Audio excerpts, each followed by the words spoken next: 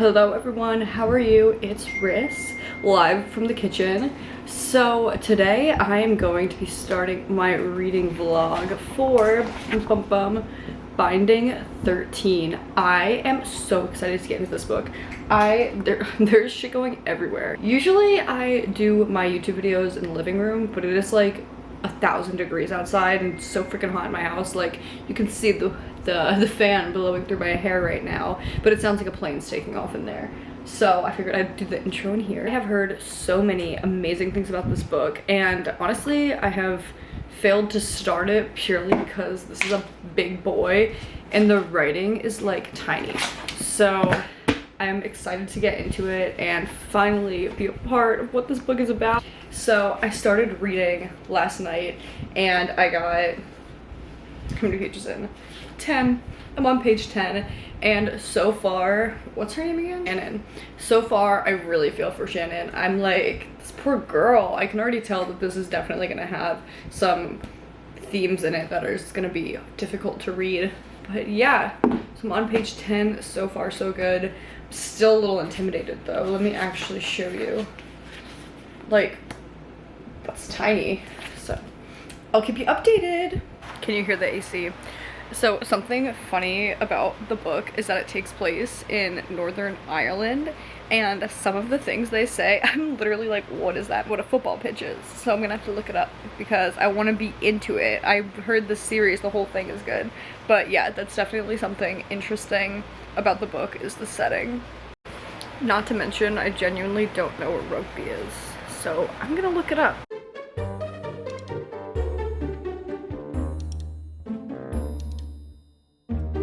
They just introduced the love interest, Johnny, so I'm excited.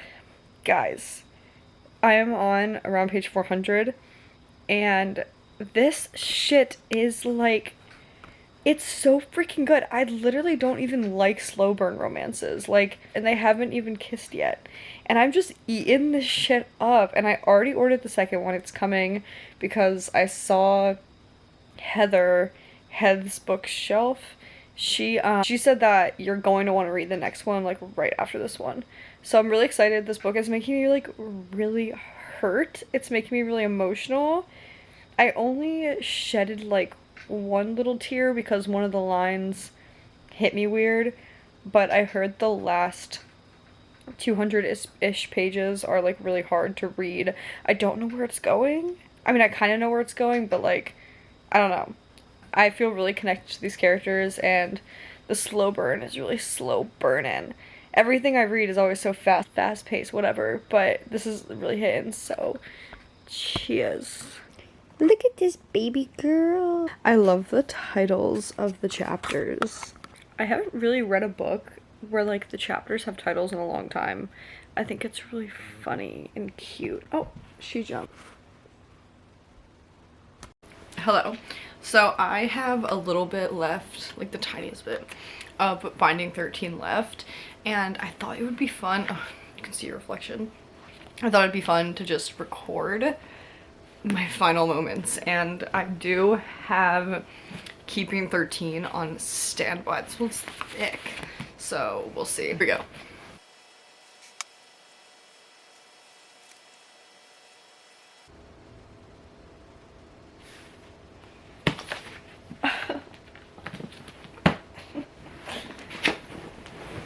Oh my god, I can't see anything. Ugh, I don't know where my glasses are. Oh my god, I just finished the book. I'm like literally traumatized. Oh my god, I literally am at a loss for words. That was so hard to read. Easy 5 stars for sure. Oh my gosh, this was so freaking good. I think I'm gonna start the next one right away. Oh my gosh. Blah blah blah. So we are done with Binding 13. Here is just like another part of my house. I keep switching it up on you where I film. But I just wanted to give you my overall ratings, overall thoughts, overall everything on Binding 13. So I gave Binding 13 a 5 out of 5 stars. It took me on such a ride, and I honestly wasn't expecting to like it that much. I used to think I wasn't really a sports romance girl, but I kind of am, honestly. There's just something about it that adds like a heightened sense of like action, and like the dedication that people feel to their sports is something like palpable, like you can feel it.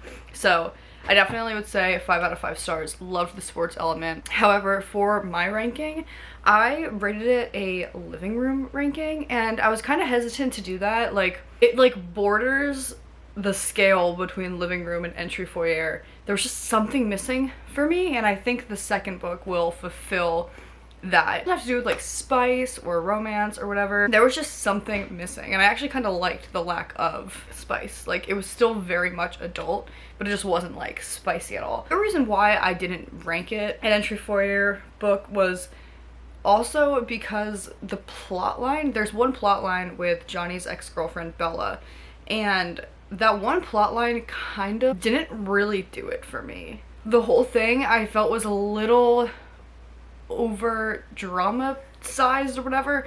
Like, for how realistic they handled the themes of domestic violence, I kind of felt like this was handled a little unrealistically. Even like the bullying that she experienced in the past was handled realistically.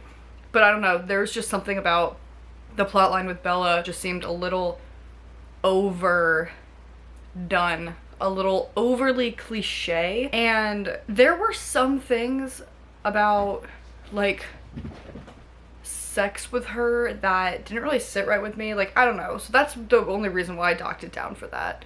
But overall, this book was great. It made me emotional. They handled the themes of domestic violence and alcoholism really, really well. And I think that Shannon and Johnny's story is beautiful, and it's obviously just getting started because there's a second book, and I know Joey has his own books. Like, just overall a really solid read. It is long, but it didn't feel as long as it is, which I think is always a good thing. And it left me wanting more. I'm like, give me it all. I'm gonna post my written review on my Instagram also, so you can see that. But I really hope that in the next book, Shannon begins this healing process, and I hope that Johnny realizes that life is more than just rugby. So yeah, that is all for today's video, and I love you guys, and I'll talk to you